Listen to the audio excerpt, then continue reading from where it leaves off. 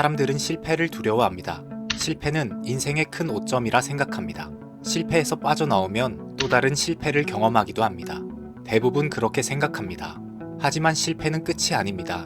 오히려 성장을 위한 시작일 수 있습니다. 책 유연함의 힘에서 그 이유를 찾아보겠습니다. 학교를 벗어나 현실의 경험을 하면서 진정한 학습이 시작됩니다. 우리는 다양한 경험과 도전을 합니다. 한 번에 성공하는 사람은 드뭅니다. 대부분은 실패를 겪고 쓰러지고 좌절합니다. 중요한 것은 그 순간 우리가 어떤 태도를 갖느냐입니다. 실패를 그냥 흘려보내면 안 됩니다. 인간의 능력은 변화합니다. 경험과 훈련, 성찰, 학습을 통해 계속해서 발전할 수 있습니다. 고정된 능력은 없습니다. 노력과 경험이 쌓일수록 더 발전합니다.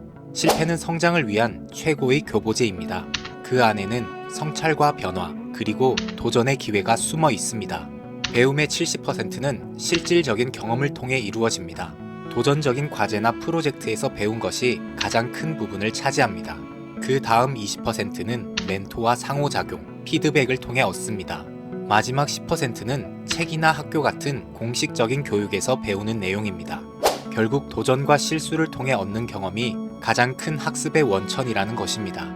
실패에서 배우는 사람이 진정으로 성장하는 사람입니다. 실패나 어려운 상황을 성장의 기회로 생각해야 합니다. 유능한 공연 제작자 더그 에반스는 어려운 상황을 마주할 때 자주 사용하는 기법이 있습니다. 그는 스트레스를 주는 상황을 긍정적으로 바라보고 모험으로 재정의합니다. 이건 성장할 수 있는 기회다. 어려운 일조차도 겪어보면 놀랄 만큼 성장할 수 있다 라고 되뇌며 도전의 과정에 몰입합니다. 그 속에서 교훈을 찾아 자신의 것으로 만듭니다. 버릴 경험은 없습니다. 실패도 마찬가지입니다.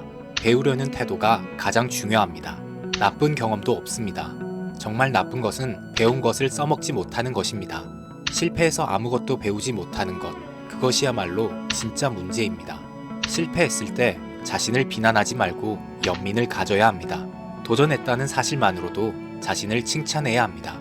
실패의 원인을 성찰하면서도 그 과정을 통해 무엇을 배웠는지에 초점을 맞춰야 합니다.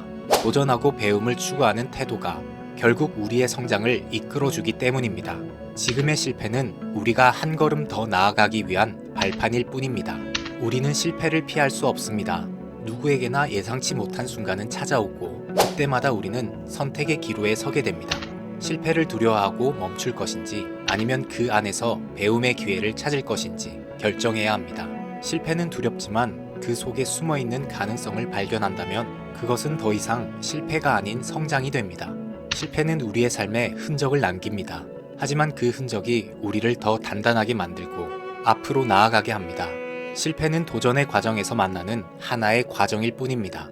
그러니 두려워하지 말고 그 안에 담긴 교훈과 기회를 찾으며 더 나은 자신으로 나아가길 바랍니다. 인생은 결국 실패와 성장을 반복하며 우리를 완성해 나가는 여정입니다.